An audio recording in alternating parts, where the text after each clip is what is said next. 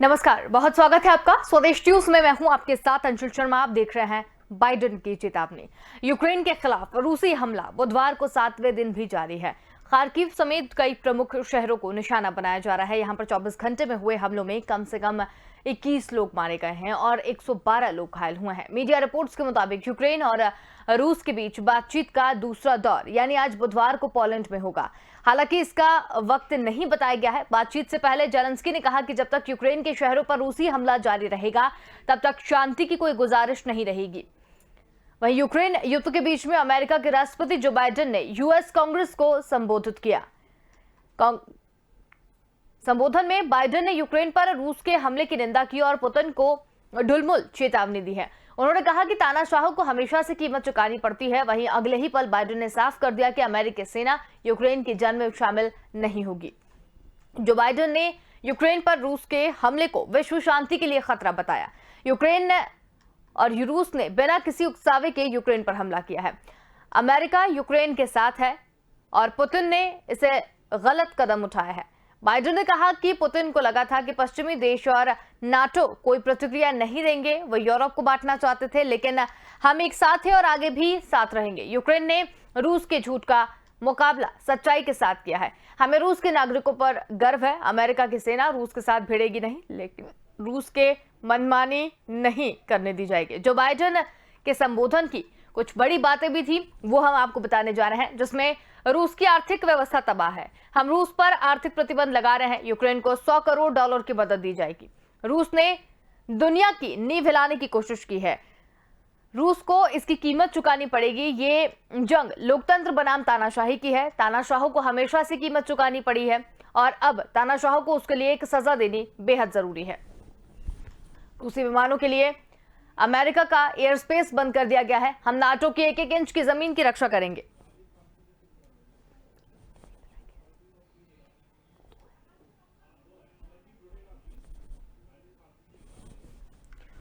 तो Joe Biden की Putin को क्या चेतावनी है, इसी पर हम बातचीत करेंगे। बातचीत के लिए हमारे साथ 2 मेहमान यहाँ पर जुड़ गए हैं, जिसमें हमारे साथ रक्षा विशेषज्ञ अमरदीप त्यागी हैं और सुरक्षाविद हमारे साथ राजेश भारती जी हैं। आप दोनों का ही बहुत स्वागत है।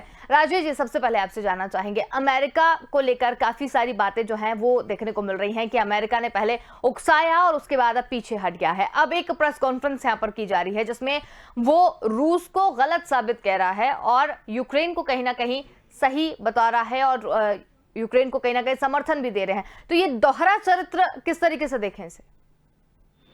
देखिए अंशुल जी, जो राष्ट्र राज्य का कॉन्सेप्ट है उसकी धारा अलग तरीके से चलती है और मानवता का की धारा अलग तरीके से चलती है। मानवता के पॉइंट ऑफ व्यू से किसी भी देश को, किसी भी समाज को, किसी भी संस्कृति को दूसरे संस्कृति समाज देश पर अधिकार करने, उस पर आक्रमण करने का जो है समर्थन नहीं करता। तो लेकिन जो नेशन स्टेट का कॉन्सेप्ट है, राष्ट्र राज्य, उसमें राज्य अपनी सत्ता की मजबूती के लिए, अपनी सत्ता के विस्तार के लिए, अपनी सत्ता की सुरक्षा के लिए जो है अलग तरीके से काम करते हैं। तो मानवता और राष्ट्र राज्य के कॉन्सेप्ट को हम एक नहीं कर सकते। अमेरिका ने यूक्रेन को राष्ट्र राज्य के पॉइंट ऑफ व्यू से जो है उकसाया।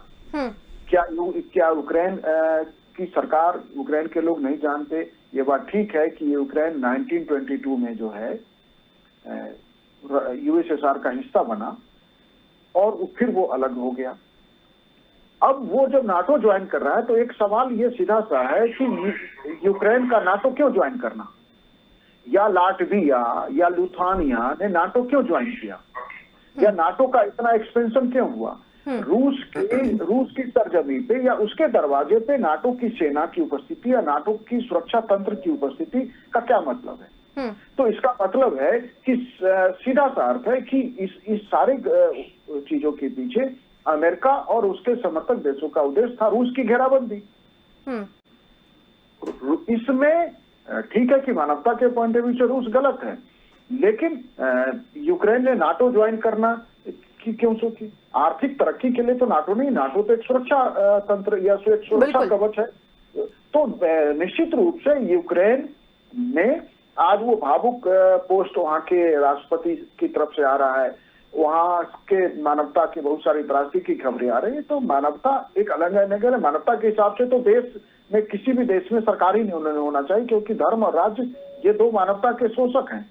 तो हमें राज्य व्यवस्था को खत्म कर सकते नहीं कर सकते, क्योंकि आज समाज राज्य व्यवस्था के बिना चल नहीं सकता है।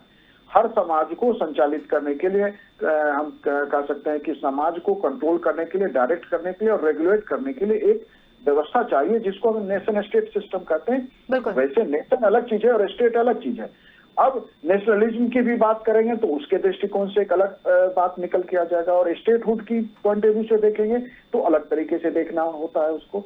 तो मैं रसिया ने जो किया है, मैं इस कदम का समर्थक नहीं हूं, लेकिन एक विचारक के रूप में और आपके चैनल पे जो लोग इस वार्ता को सुनना चाहते हैं उनको ये बात समझना चाहिए कि इसमें उकसाया यूक्रेन ने है, और जब भी जो है दो शक्तियों के बीच में, जिसमें 1 और 10 के बीच का फासला हो, और उसमें जो कमजोर शक्ति है वो अपने से मजबूत शक्ति को बार बार उकसा रही है, तो ये करना ही था। और पुतिन निश्चित रूप से जो कर रहे हैं, और पुतिन ने पहले भी साइप्रस पे कब्जा करके, या पुतिन ने जो है जॉर्जिया में जो किया है, या अपने रूस के चेचन्या रीजन में जो किया है, तो वो एक तानाशाही प्रवृत्ति का परिचय पहले दे चुके हैं।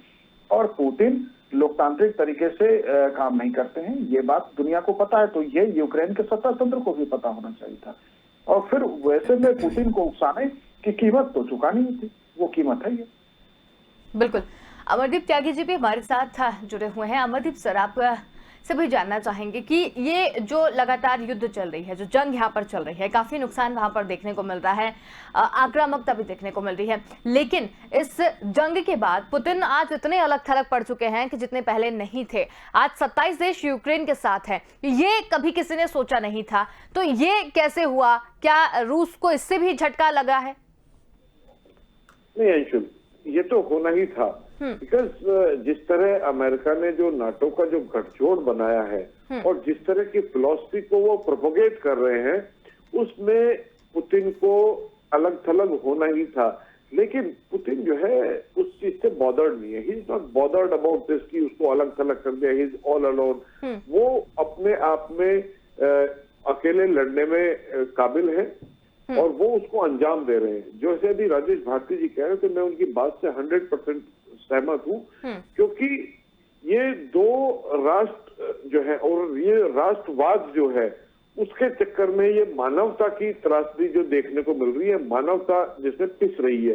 देखिए, यदि यूक्रेन नाटो में शामिल होता है तो इसी प्रकार की त्रासदी आपको रशिया में देखने को मिल सकती थी, जिस तरह की त्रासदी आज यूक्रेन झेल रहा है। इसमें 101% अमेरिका और उसके जो नाटो फिलॉसफी है उसकी गलती है। जिस तरह से वो एक्सपेंशन कर रहा है, कोई भी देश, कोई भी, मैं मतलब इंडिविजुअली ये भी यदि देखें तो कोई भी एक घर पड़ोसी यदि उसमें गुंडे बिठा के वहां पे आक्रामकता दिखाए तो कोई भी ये बर्दाश्त नहीं करेगा। इस तरह ही एक राष्ट्र जो अपने आप में एक मजबूत है और किसी तरह की मतलब कमजोरी नहीं है उसको, वो किस तरह ये देख सकता है कि उसका जो जहां पे उसका इन्फ्लुएंस होता था, जहां उसके फेवर की गवर्नमेंट हुआ करती थी, आज वहां पर जो उसके दुश्मन देश, जिस तरह अमेरिका और रशिया का जो आपस में जो एक तरह से तनाव है, कूटनीतिक विवाद उनके रहे हैं बहुत लंबे समय से, तो वो देख नहीं सकते कि नाटो फोर्सेस आके यूक्रेन में बैठे। और बार बार जो जेलेंस्की है वो बार बार कह रहे हैं कि मैं नाटो का मेंबर बनना है, उधर अमेरिका कर रहे हैं हम, और उस तरह करके यूक्रेन की जनता का जो ये जो त्रासदी हो रहा है उसके लिए ये सब जिम्मेदार है। आज की तारीख में यदि इसको रोकना चाहते हैं तो उसका एक ही सोल्यूशन है कि सबसे पहले तो यूक्रेन के राष्ट्रपति वहां से इस्तीफा दे, और फिर उसके बाद इसकी जो है रशिया के साथ जो भी बातचीत हो, क्योंकि रशिया आज की डेट में किसी भी कीमत पर नहीं चाहेगा कि प्रो नाटो या प्रो अमेरिकन गवर्नमेंट वहां पर हो जो कि नाटो को सपोर्ट कर रही हो या नाटो की फोर्सेस को वहां लाना चाहती हो। तो जब तक ये रुकने वाला नहीं है, और जिस तरह की ये एफर्ट्स दिखा रहे हैं उससे तो बिल्कुल भी नहीं रुकने वाला है। क्योंकि देखिए, उन्होंने यूक्रेन को फंसा दिया है एक तरह से, पहले उकसाया, बिल्कुल, और जब रशिया जो है उसके दरवाजे पे आके खड़ा हो गया और इनफैक्ट वो अंदर घुस चुका है, अब वो कि अमेरिकन फोर्सेस जो है यूक्रेन में नहीं लड़ेंगी जाके, अरे भाई पहले इतने वादे क्यों कर रहे थे, और आप बनाइए ना उसको नाटो का मेंबर, अब कीजिए उसको सपोर्ट जिस तरह बाकी नाटो कंट्रीज को सपोर्ट करते हैं। और जब मिलिट्री अलायंस बनाते हैं तो आज उनको क्यों नहीं सपोर्ट कर रहे? आज आप सिर्फ हथियार, तो इन्होंने उसको मेंबर बनाना नहीं था, सिर्फ उसको बलि का बकरा बनाना था, और जिसका अंजाम वहां की आम जनता भुगत रही है। ये दो जो शक्तिशाली देशों की जो कूटनीति या जो आपस में जो उनकी यू कैन से जो टसल थी, उस टसल का खामियाजा ये यहाँ की जनता भुगत रही है, बाकी और कोई नहीं भुगत रहा। आज की डेट में जेलेंस्की जो है वो सो कॉल्ड हीरो बन रहे हैं, बट मैं ये कहूंगा कि ठीक है वो आज बहादुरी से जैसा भी अपनी जनता को सपोर्ट कर रहे हैं, लेकिन उन्हीं का बीज बोया हुआ है अमेरिका के साथ मिलकर, जिसके लिए ये सब त्रासदी हो रही है। बिल्कुल अमरदीप सर, लेकिन जिस तरीके से देखा जाए यूक्रेनियन के साहस के साथ जिस तरीके से लड़ रहे हैं, पुतिन को युद्ध में मैदान में लाभ हो सकता है, लेकिन उन्हें लंबे समय तक इसकी कीमत चुकानी पड़ेगी, ये भी कहा गया है बाइडेन के द्वारा। तो वो इसके साथ में वो क्या कहना चाह रहे हैं? बाइडेन तो क्या करेंगे, सैंक्शन लगाएंगे और क्या लगाएंगे। उसके लिए जो है पुतिन तैयार है, रशिया तैयार है। रशिया तो कहते हैं कि मेरे को कोई फर्क नहीं पड़ता, सच्चे लाज कर देखें सब कुछ है नहीं कि वो रशिया को इतना दिक्कत आ जाएगा कि यदि यूरोपियन यूनियन ने या अमेरिका ने उनके ऊपर सैंक्शन लगा दिया। उसके पास अपना इतनी व्यवस्था है, अपना बाजार है उसके पास, और अल्टीमेटली कितने दिनों तक even Europeans can not sustain without Russian support. पूरी वहां से जो गैस की जो सप्लाई है, पेट्रोलियम की सप्लाई जो है, वो रशिया से उनका एक बहुत बड़ा मतलब क्रंच है, जो कि रशिया से सपोर्ट होता है। फूड ग्रेन्स की सप्लाई जो रशिया से सप्लाई वहां पे होती है। तो कहने का तात्पर्य है even Europeans can not sustain for longer time after putting sanction on Russia. तो कहने का तात्पर्य ये कुछ नहीं करेंगे, सिर्फ ये वेट कर रहे हैं कि कब यूक्रेन का फॉल हो, और उसके महीने, 2 महीने, 6 महीने, बहुत ज्यादा करेंगे 1 साल, एक सेंक्शन लगाएंगे। अल्टीमेटली धीरे धीरे सारे सेंक्शन, क्योंकि इनकी अपनी रोटी नहीं पकने की है, ये दिक्कत हो जाएगी।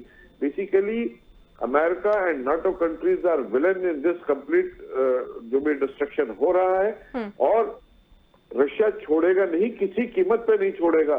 जिस तरह की देखिए, रशिया ने जब अटैक किया है बहुत ही सदैवे तरीके से एक मिलिट्री इंस्टॉलेशंस को टारगेट करते हुए उसने ऑपरेशंस किए हैं। बहुत कोशिश किया गया कोलेटरल डैमेज ना हो, सिविलियन पॉपुलेशन की कम से कम कैजुअल्टी हो। लेकिन जिस तरह अब लड़ाई लंबी खिंचती जा रही है, और जिस तरह रशियंस जो है वो एंट्री कर रहे हैं, लंबे लंबे कॉन्वॉय उनके बख्तरबंद गाड़ियों के और टैंक्स के वहां पे घूम रहे हैं, उसमें सिविलियन कैजुअल्टी होना वाजिब है। लेकिन फिर भी जिस तरह की खबरें आ रही हैं, जिस तरह की वॉर ये चल रही है, उस वॉर में बहुत ज्यादा कैजुअल्टी हो सकती थी, लेकिन फिर भी कैजुअल्टी कंपैरेटिवली कम है। यदि आप सेकेंड वर्ल्ड वॉर का जो आंकड़ा देखें तो उसमें सिविलियन कैजुअल्टी बहुत हुई थी। रशिया फिर भी फूक फूक के कदम रख रहा है, क्योंकि अल्टीमेटली रशिया बिलीव करता है कि यूक्रेन की जो पॉपुलेशन है हमारी अपनी पॉपुलेशन है, and he wants doesn't want to make enemies in the population। कल को वो कब्जा करके बैठे यहाँ पे, प्रो रशियन गवर्नमेंट बैठे, और वो जनता ही एक मतलब विद्रोही हो जाए, और यहाँ पे काइंड ऑफ इंसर्जेंसी या अफगानिस्तान जैसे हालात यहाँ पैदा ना हो जाए। इसलिए वो बड़े फूक फूक के कदम रख रहे हैं, और ये बहुत जल्दी, बहुत लंबे समय तक चलने वाला नहीं है। जिस तरह ये ऑपरेशन चल रहे हैं, बहुत जल्दी ही यूक्रेन पे रशिया का कब्जा होने वाला है। बिल्कुल राजेश भारती जी, सवाल मेरा भी आपसे यही है कि जिस तरीके से युद्ध लगातार चल रहा है, जंग लगातार आक्रामक होती जा रही है, जिसमें यूक्रेन मदद भी मांग रहा है, उसके बाद में एंट्री यहाँ पर जो बाइडेन कर रहे हैं और एक प्रेस कॉन्फ्रेंस करके इतनी सारी बातचीत कर रहे हैं। रिस्ट्रिक्शंस लगाना अपनी जगह है, रिस्ट्रिक्शंस लगाने से रूस को शायद फर्क भी ना पड़े, तो इन सब चीज़ों का क्या मकसद है और क्या हल निकल के सामने आ रहा है? आज यूक्रेन में व्लादिमीर जेलेंस्की और रूस के अंदर पुतिन, आज पुतिन भी कदम पीछे नहीं कर सकते हैं। यदि यूक्रेन का अभियान आज रूस की सेना विड्रॉ कर ले तो पुतिन रूस की सत्ता से बाहर हो जाएंगे। जेलेंस्की अब वहां के राष्ट्रपति के रूप में एक मजबूत इमेज बनाए रखने के लिए संघर्ष कर रहे हैं, और दुनिया से मदद मांगकर। ऐसा है कि दोनों देश मानवता की चिंता नहीं कर रहे हैं, रूस को भी मानवता की चिंता नहीं, क्योंकि रूस तो आक्रमणकारी है। और यूक्रेन की सरकार भी मानवता की चिंता नहीं कर रही है। मानवता की चिंता करती तो यूरोपियन स्टेट या अमेरिका या अन्य देशों से मदद का मतलब है कि मदद के नाम पे कोई भी देश रूस के विरुद्ध सेना तो भेज नहीं दे रहा, तो वो साजो सामान देंगे। तो मिलिट्री सामान देने का मतलब है कि यूक्रेन लड़ाई को लंबी खींचना चाहता है, और अंततः जितनी लड़ाई लंबी खींचेगी, युद्ध जितना लंबा खींचेगा, दोनों के बीच संघर्ष जितना आगे बढ़ेगा, अंततः उसकी कीमत यूक्रेन की जनता को चुकानी, क्योंकि ये जो संघर्ष है ये यूक्रेन की सरजमी पे हो रहा है। तो यूक्रेन में जेलेंस्की अंतर्राष्ट्रीय मदद मांगने के बजाय रूस के ऊपर दबाव बना के इस अभियान को, रूस के अभियान को रोकने के ऊपर अगर बात करते तो शायद असर होता। दूसरी बात की अभी कर्नल चंद्र ने कहा कि जेलेंस्की को इस्तीफा देना चाहिए। ये देखिए, ये समय युद्ध के इस समय में सत्ता के शिखर पे बैठे व्यक्ति का इस्तीफा देना तो देश के मोरल्स के लिए और भी खतरनाक हो जाएगा। इसलिए इस्तीफा का तो जेलेंस्की के पॉइंट ऑफ व्यू से कोई सवाल नहीं उठता और देना भी नहीं चाहिए उन्हें। लेकिन बातचीत के प्लेटफॉर्म पे, बातचीत के टेबल पे रूस को लाएं और लाके जो है, और रूस को एक बात से मनाया जा सकता है कि यूक्रेन ये आश्वासन दे दे कि वो नाटो की सदस्यता ज्वाइन नहीं करेगा। सारा समस्या नाटो और यूरोपियन यूनियन के साथ जुड़ने से। यूरोपियन यूनियन के साथ जुड़ने के प्रस्ताव पे जिस तरह अभी साइन किया गया है यूक्रेन के द्वारा, तो वह भी रूस को और जो है उसे और ज्यादा प्रोवोकेट करना है, उसे और भड़काना है। इनसे बचना चाहिए और यूक्रेन को अपनी जनता को बचाना चाहिए। वहां के राष्ट्रपति को सेवियर की भूमिका निभानी चाहिए। देश में शांति, पीस कैसे आए, इसके लिए काम करना चाहिए। और रूस के साथ यूक्रेन किसी सैनिक संघर्ष में, किसी अंतर्राष्ट्रीय मदद से टिक जाएगा, ये संभव नहीं है। बस यह है कि अभियान लंबा खिंचता जाएगा, और जितना लंबा खिंचता जाएगा यूक्रेन आर्थिक कीमत भी और मानवता के रूप में भी दोनों तरह से इसकी वो कीमत चुकाएगा जिसको रिपेयर करना सालों संभव नहीं रहेगा। इसलिए जो है अंतर्राष्ट्रीय समुदाय इस विषय पर राजनीति न करे, यूक्रेन की जनता के प्रति मानवता और सहानुभूति दिखाए और ये युद्ध रुके, इस दिशा में काम होना चाहिए। बिल्कुल। अमरदीप सर, बाइडेन ने जिस तरीके की प्रेस कॉन्फ्रेंस यहाँ पर की, यूक्रेन का कहीं ना कहीं बातों में समर्थन भी किया, लेकिन वो रूस के साथ में भी नहीं है। पहले उकसाया गया युद्ध के लिए, लेकिन अब साथ भी नहीं दे रहा है। तो आखिर अमेरिका की रणनीति क्या रही? देखिए, अमेरिका तो जस्ट प्लेइंग गेम। उन्होंने यूक्रेन को न मेंबर बनाना था ना कुछ करना था। सिर्फ उन्होंने ये उकसाकर एक ऐसा माहौल क्रिएट किया है कि जिसमें जो यूक्रेन की जनता जो है वो पिस रही है। यहाँ पे मैं जो अभी कह रहा था, भारती जी ने भी उसको कोट किया कि जेलेंस्की को इस्तीफा नहीं देना चाहिए। ये सिर्फ युद्ध रोकने की कंडीशन है। अब भारती जी कह रहे थे कि रशिया को टेबल पे लाना चाहिए। हाउ कैन रशिया, तब से तो बात चल रही है, कोई टेबल पे आ ही नहीं सकता। अभी रशिया की कंडीशन, रशिया ने कंडीशन ही ऐसी रखी है कि उसमें कभी भी वो या तो वो तैयार एक्सेप्ट करे, और एक्सेप्ट इन द सेंस कि रशिया तभी शांत होगा जब ये गवर्नमेंट, जेलेंस्की गवर्नमेंट वहां से खत्म हो जाएगी। तब तक रशिया रुकने वाला नहीं है। रशिया की जो पहले दिन 3 कंडीशन जो रखी थी, जो टेबल टॉक जो चल रही थी, उसमें रखा था कि क्रीमिया को रिकॉग्नाइज करे part of Russia, Donbas region को जो गणराज्य घोषित करे, जो 2 लुहांस्क और डोनेत्स्क को आजाद किया है, पूरे यूक्रेन को डिमिलिटराइज करे, वहां का जो मिलिट्री या सुरक्षा की जिम्मेदारी रशिया के हाथ में हो, और नाटो ना ज्वाइन करे। और तीनों कंडीशंस के लिए यूक्रेन तैयार नहीं है, जेलेंस्की तैयार नहीं है। तो वहां पर जेलेंस्की को हटाकर जब तक प्रो रशियन गवर्नमेंट नहीं आएगी, ये युद्ध नहीं रुकने वाला। That is the state. तो that is why I said कि जेलेंस्की जो है, अभी एक तरह से मैं ये कहूंगा कि यदि मानवता की रक्षा करनी है, वहां के लोगों की रक्षा करनी है, तो उनको रुक जाना चाहिए, सरेंडर कर जाना चाहिए। They should not fight it out. दूसरा, ये अभी यूरोपियन यूनियन के लिए एप्लीकेशन डाल दिए। European union, that means again आप रशिया को उकसा रहे हैं कि हम अभी भी आपके मतलब जो आप कंडीशन है, हम उनके खिलाफ ही जा रहे हैं। कहने का तात्पर्य है कि मानवता की या वहां की जनता की चिंता किसी को नहीं है। जनता को हथियार बांट दिए हैं, सो दैट कल को वहां पर kind of you can say एक इंसर्जेंसी काइंड ऑफ एनवायरमेंट फैल जाए, और वहां की कंडीशन ऐसी हो जाए जैसे अफगानिस्तान की। तो सब अपना अपना जो पर्सनल स्टेटस है अपने उसकी चिंता कर रहे हैं, बाकी आम जनता की चिंता नहीं है किसी को भी। रशिया को ऑफकोर्स अपने देश की चिंता थी, जिस चिंता को लेते हुए उसने ये अटैक कर दिया। कहने का तात्पर्य है कि आप इस राष्ट्रवाद के चलते किस एक्सटेंट तक जा सकते हैं। ये दोनों देशों का जो ये लड़ाई है ये दर्शाता है कि रशिया ने अपने देश की, अपने राष्ट्र की रक्षा के लिए या अपने वहां पे दुश्मन ना आ जाए तो एक दूसरे देश पे हमला कर दिया। दूसरा देश जो है वो सिर्फ अपनी इस जिद के कारण कि मैं नाटो का मेंबर बनना चाहता हूँ, मैं रशिया के किसी इन्फ्लुएंस में नहीं रहना चाहता हूँ, उन्होंने अपनी जनता को, अपने देश की सरजमी को तबाह करा लिया है। जबकि ये दोनों देश एक जमाने में एक ही होते थे, वहाँ की पॉपुलेशन एक है, वहाँ की कल्चर एक है, लैंग्वेज ऑलमोस्ट जो है मिलती जुलती है, बहुत ज्यादा अंतर नहीं है। उसके बावजूद भी वहाँ पे इस तरह का माहौल क्रिएट किया गया, और ये क्रिएट किया गया है अमेरिका और नाटो कंट्रीज के द्वारा कि वहाँ एंटी रशियन गवर्नमेंट को स्टैब्लिश किया और वहाँ पर यूरोपीय यूनियन और नाटो को ज्वाइन करने की एक मुहिम चलाई गई। तो ये सबके लिए ये सारे जो विलेन हैं। बिल्कुल। राजेश जी, आपसे जानना चाहते हैं कि आज यूक्रेन और रूस के बीच दूसरे दौर की बातचीत है। पहले दौर में क्या हुआ था और दूसरे दौर की बातचीत में क्या कुछ निकलकर सामने आ सकता है?